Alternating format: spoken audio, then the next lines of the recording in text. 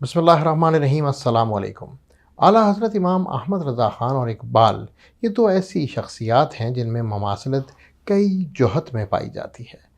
जब भी हम बात करते हैं आला हज़रत इमाम अहमद रज़ा ख़ान और हज़रत इकबाल की, तो दिमाग में एक चीज़ तो सबसे पहले आश्कार होती है, और वो है इश्क़ मोहम्मद सल्लल्लाहु अलैहि वसल्लम। आला हज़रत इमाम अहमद रज़ा ख़ान की हिदायत बख्शिश का अजीम मजमुआ हो, या इकबाल के हुजूर अनवर सल्लल्लाहु अलैहि वसल्लम की शान में लिखे गए अशार, वो तसानीफ़ हैं जो ता क़यामत इन दोनों शख्सियात का नाम न सिर्फ मुसलमानों की तारीख़ बल्कि गैर मुस्लिमों की तारीख़ का भी एक निहायत अहम बाब बनकर ज़िंदा रहेंगी। इसको मौज़ूए सुख़न बनाकर बहुत सारे उलमा, बहुत सारे अदीबों ने अपने कलम को जुम्बिश दी, लेकिन जो बात मैं आप लोगों से आज करना चाहता हूँ वो कोई आम फहम बात नहीं है।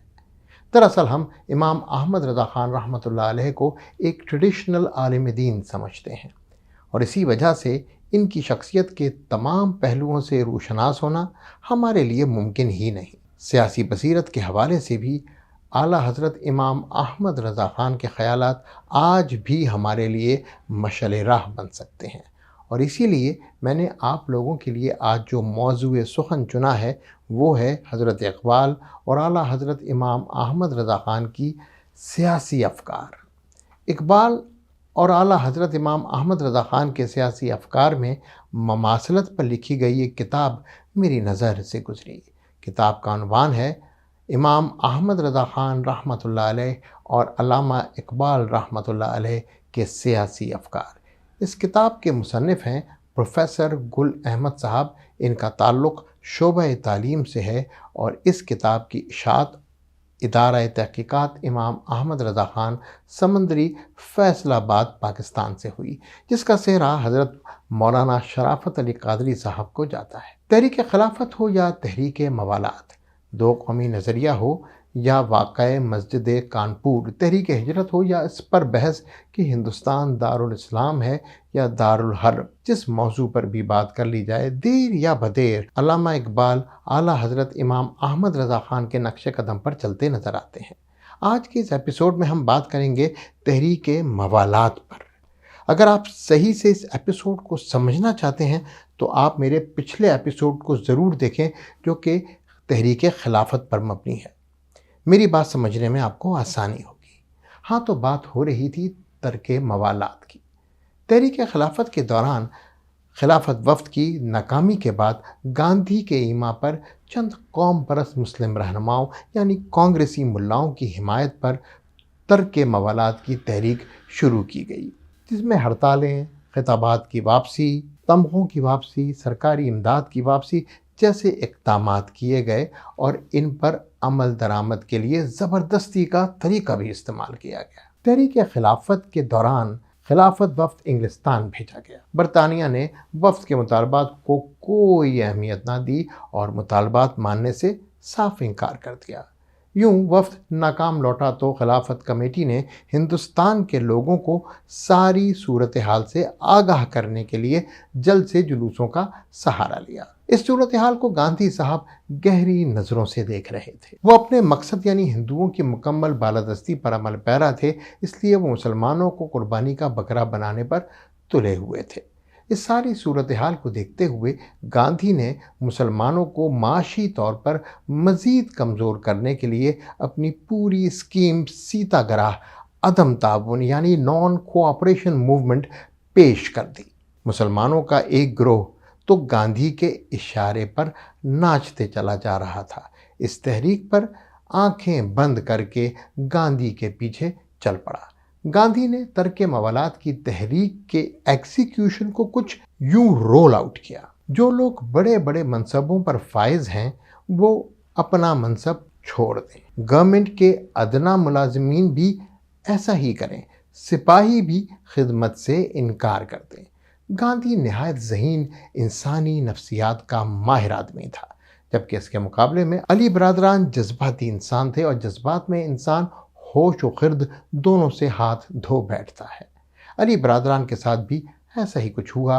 उन्होंने जोश में आकर इस तहरीक की बागडोर एक कट्टर हिंदू रहनुमा को थमा दी। गांधी ने अपने मकासद सवारच यानी हिंदुओं का मुकम्मल तसल्लुत को मद्देनज़र रख कर मुसलमानों के जज्बात से खूब फ़ायदा उठाया और अपनी जमात कांग्रेस को मजबूत बुनियादों पर मुनज़्ज़म कर लिया। दूसरी तरफ वही पुराना राग कि हिंदुस्तान में एक ही कौम है, हिंदुस्तानी, और वो खुद यानी गांधी इसके मुत्तफ़िक़ा कायद हैं।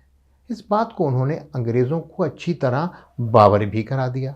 30 मई 1920 को ऑल इंडिया कांग्रेस कमेटी का इजलास बनारस में मुनक्किद हुआ, जबकि उसी दिन खिलाफत कमेटी का जलसा भी मुनक्किद हुआ, जिसमें आइंदा के इक़दामात के बारे में फ़ैसलों के लिए एक कमेटी बनाई गई। उसके मेंबरान में महात्मा गांधी, मौलाना शौकत अली जौहर, मौलाना अबुल कलाम आज़ाद शामिल थे। ये बात अज़रुम मिनश शम्स है कि जब कभी किसी तहरीक को शरई जवाज़ की ज़रूरत पेश आई थी, उस सिलसिले में मौलाना अबुल कलाम आज़ाद ने अपनी भरपूर खिदमात पेश करने में किसी पसो पेश से काम न लिया। तहरीक खिलाफत हो या तहरीक तर्क मवालात, तहरीक हिजरत हो या तहरीक गाँवकशी को शरई जवाज़ मौलाना अबुल कलाम मौसूफ शरई जवाज़ बनाकर किसी हील व हुज्जत को फराम करते रहे और इसकी तायीद जमीयत उलमाए हिंद और दारुल उलूम देवबंद ने अपना फ़र्ज़ मनसबी समझकर अदा की। तहरीक तर्क मवालात को उनके महबूब कायद गांधी की क़यादत मैसर हुई और कांग्रेस भी साथ शामिल हो तो मुसलमानों को तहरीक तर्क मवालात में शामिल करने के लिए फतवाए आज़ाद ना हो, ये तो नामुमकिन है। कहा जाता है कि तारीख़ फ़ातिह लिखता है और उस वक्त यकीनन ये लोग ताकतवर थे, तो भी तारीख़ का हिस्सा ये बन गया कि तर्क मवालात पर 500 उलमा ने मुश्तरका फतवा दिया था, जिसकी क़यादत मौलाना मोहम्मदुल हसन ने की थी। हालांकि बाद में तारीख़ ने यह भी साबित कर दिया कि उसमें बहुत थोड़ी तादाद में उलमा और नीम उलमा और बराए नाम उलमा शामिल थे। दूसरी बात ये कि फतवा एक मकतब फ़िक्र देवबंद की तरफ से दिया गया था, उसमें स्वाद आज़म अहले सुन्नत हत्ता के उलमाए नदवा भी शामिल न थे। रफ़ीक ज़ुबैर साहब लिखते हैं कि तर्क मवालात की निस्बत सिर्फ़ उलमाए अहले देवबंद के एक तक़बे ने फतवा दिया था। गर्ज़ सुन्नी उलमा का स्वाद आज़म तर्क मवालात और हिजरत की तायीद में कोई फतवा न था। इस बात की तायीद डॉक्टर इश्तियाक हुसैन कुरैशी ने भी की है। इससे पहले कि मैं आला हज़रत इमाम अहमद रज़ा ख़ान का तर्क मवालात में किरदार और इकबाल की राय को शामिल करूं, मैं चाहूँगा कि मौलाना आज़ाद की गांधी के बारे में क्या राय थी, इसका हल्का सा जिक्र करता चलूँ ताकि आपको रेफरेंस टू कॉन्टेक्स्ट भी समझ में आए।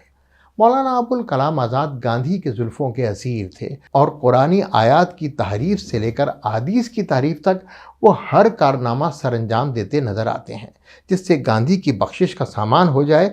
उस सिलसिले में मौलाना का इरशाद है, मिस्टर गांधी ने जंग आज़ादी में अपनी जान और माल दोनों लुटा दिए, बस वो फिल हकीकत मुजाहिद फ़ी सबीलिल्लाह हैं और वो जिहाद बिन नफ्स, जिहाद बिल माल के दोनों मराहिल से गुजर चुके हैं। गांधी इस दौर का अजीब सफ़ह सलार है। मुसलमान सो कॉल्ड कायदीन के ऐसे बयानात से आपको ये बात तो समझ में आ गई होगी कि बरसगीर की सियासत उस वक्त एक निहायत नाजुक मोड़ पर खड़ी थी।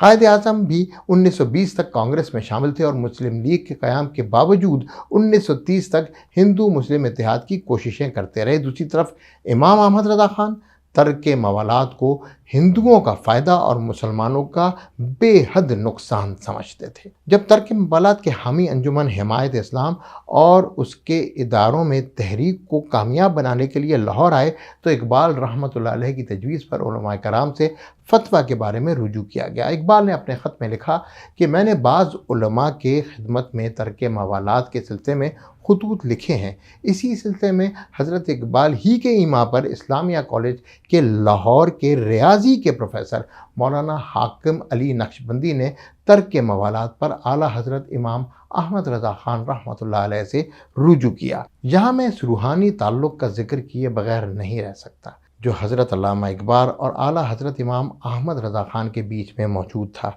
और जिस ताल्लुक़ की वजह से उन्होंने हाकिम अली साहब को आला हज़रत इमाम अहमद रज़ा ख़ान से रुजू करने के लिए कहा। مولانا حاکم علی رحمۃ اللہ علیہ نے امام احمد رضا خان کو ایک خط میں لکھا جس میں انہوں نے امام احمد رضا خان رحمۃ اللہ علیہ سے کہا اس سلسلے میں اپنا فتویٰ جلد از جلد بھیج دیں، کیونکہ یہ فتویٰ انہوں نے انجمن حمایت اسلام کی جنرل کونسل کے اجلاس میں 13 اکتوبر 1920 بروز اتوار پیش کرنا ہے۔ دیوبند نیچریوں نے مسلمانوں کو تباہ کرنے کے لیے ہندوؤں اور گاندھی سے موالات قائم کر لی ہے اور مسلمانوں کے کاموں میں روڑے اٹکا رہے ہیں۔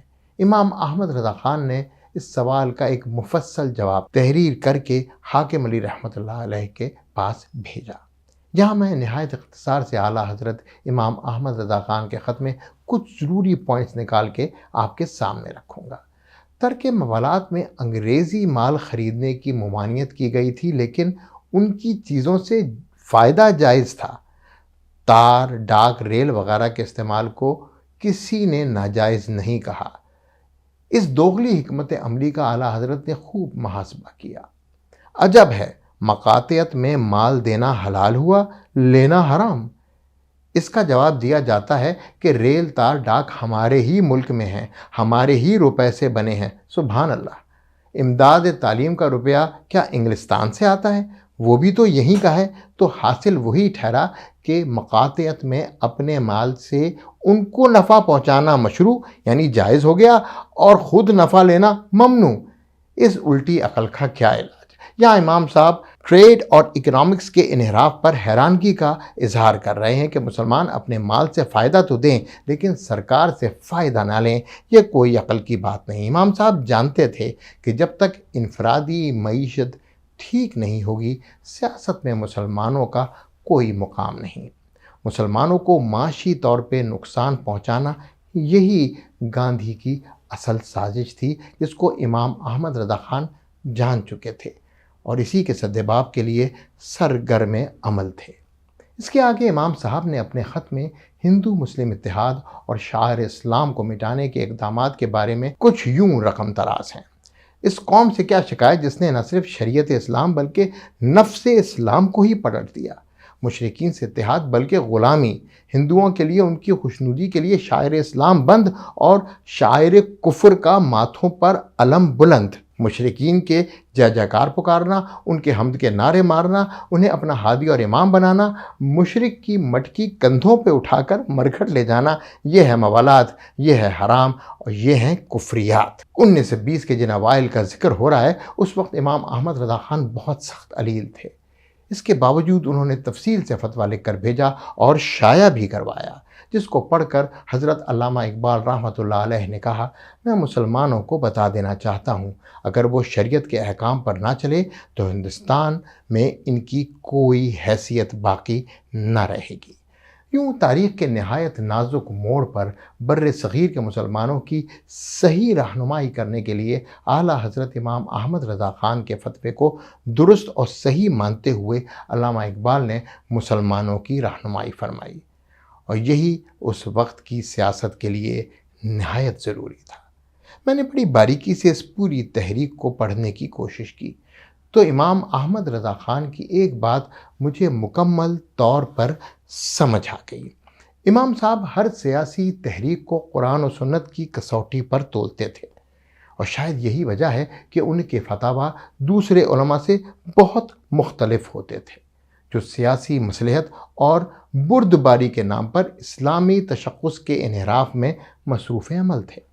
امام صاحب نہایت بہادری کے ساتھ سیاسی حالات کو قرآن و سنت کی کسوٹی پر پرکھتے ہوئے مسلمانوں کو سیاسی میدان میں مستقل گائیڈ کرتے رہے، اور شاید یہی وجہ ہے کہ علامہ اقبال نے امام احمد رضا خان کی سیاسی بصیرت کا پورا فائدہ اٹھایا اور ان کے نقش قدم پر چلتے رہے۔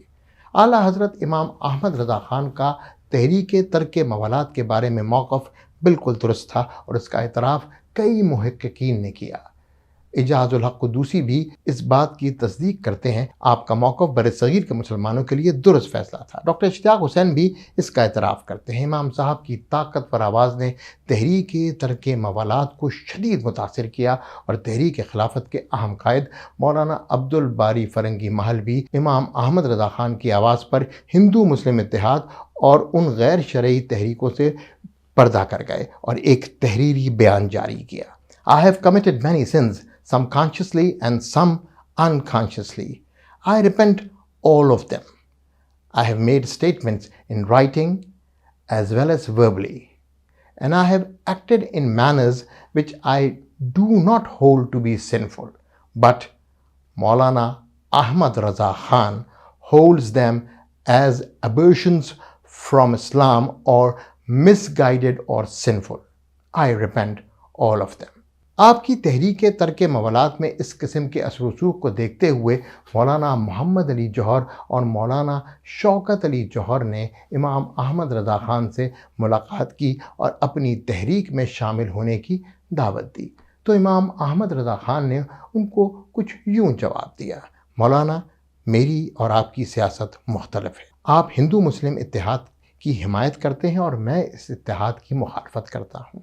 جب آپ کے اس بیان سے دونوں حضرات نے یہ سمجھا کہ آپ ملکی آزادی کے خلاف ہیں تو آپ نے اصل وجوہ بیان کرتے ہوئے کہا: مولانا، میں سیاسی آزادی کا مخالف نہیں، میں ہندو مسلم اتحاد کا مخالف ہوں. اور پھر مولانا محمد علی جوہر پہ بہت جلد یہ بات روشن ہو گئی کہ ہندو مسلمانوں کی ترقی کے حق میں نہیں. اب میں حضرت علامہ اقبال کے کچھ بیانات آپ کے سامنے رکھوں گا جس سے صاف ظاہر ہوتا ہے کہ وہ امام احمد رضا خان کے فتویٰ رضویہ غور سے پڑھتے تھے، بلکہ ان کے سیاسی نظریات ان کے فتویٰ کی روشنی سے استوار ہوتے تھے.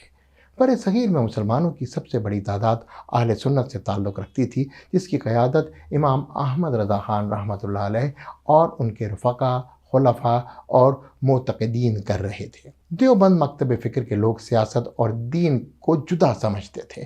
اقبال نے سیاست اور دین کو الگ کرنے کے بارے میں ان لوگوں کے موقف پر گرفت کرتے ہوئے کہا: کیا پختہ قارئین سیاست ہی ہر فیصلے کے اہل ہیں اور مسند پیغمبر صلی اللہ علیہ وآلہ وسلم کو ان حالات سے کچھ سروکار نہیں؟ وہ میری ناقص رائے میں خطرناک غلطی میں مبتلا ہیں جو حقائق تاریخ اسلامیہ اور شریعت و فقہ کے مقاصد نہ سمجھنے سے پیدا ہوئی ہے. علامہ اقبال نے فقہ اسلامی کا گہری نظر سے مطالعہ کیا، جس میں امام احمد رضا خان کے فتویٰ جات بھی شامل تھے. ان کے مطالعے کے بعد ہی اقبال نے امام احمد رضا خان رحمۃ اللہ علیہ کی فقاہت کا دم بھرا اور امام صاحب کو اپنے دور کے امام اعظم امام ابو حنیفہ سے تشبیہ دی تھی. اقبال نے اسلامی طرز سیاست کو فروغ دینے اور فقہ اسلامی کے مطابق مسائل کا حل تلاش کرنے کی ضرورت پر زور دینے کے بعد گاندھی نواز حکمت عملی کی شدید مذمت کی اور بر صغیر کے مسلمانوں پر بشمول قوم پرست علماء اور قائدین کو تنبیہ کرتے ہوئے کہا: مسلمانوں کے لیے نہ گاندھی کی زندگی اسوہ حسنہ ہے، نہ کسی انسان کا بنایا ہوا ہدایت نامہ ان کی دلیل راہ ہو سکتا ہے. ان کے ہر فعل کے لیے خواہ انفرادی ہو یا اجتماعی، کتاب اللہ اور رسول اللہ صلی اللہ علیہ وآلہ وسلم کی سنت پہ عمل، نظام کار تلاش کرنا، یہی وقت کی ضرورت ہے. میرے باشعور سامعین، صحیح تاریخ کا بغور مطالعہ ہی ہر قوم کی راہ میں راست و نجات ہے. افسوس کی بات یہ ہے کہ آج بھی پاکستان کے طاقتور ایوانوں میں مولانا عبدالکلام آزاد کے ہم خیال اسلامی جمہوریہ پاکستان کی اسمبلیوں میں موجود ہیں اور اعلیٰ حضرت امام احمد رضا خان اور اقبال ان کے ماننے اور سمجھنے والے اقتدار کے ایوانوں سے بہت دور. تو کیا ان حالات میں ہم سمجھ سکتے ہیں کہ پاکستان ترقی اور تعمیر کی منزلیں طے کرے گا؟ مجھے تو نہیں لگتا کہ ایسا ہو سکے گا. تابوقت کے اہل سنت کے اکابرین اکٹھا ہو کر پوری سیاسی طاقت کے ساتھ امام احمد رضا خان اور ڈاکٹر محمد علامہ اقبال کے سیاسی نظریات کو عملی جامہ پہنانے کے لیے طاقت کے ایوانوں میں نہ پہنچ جائیں. انسنی باتیں، جواد رضا خان.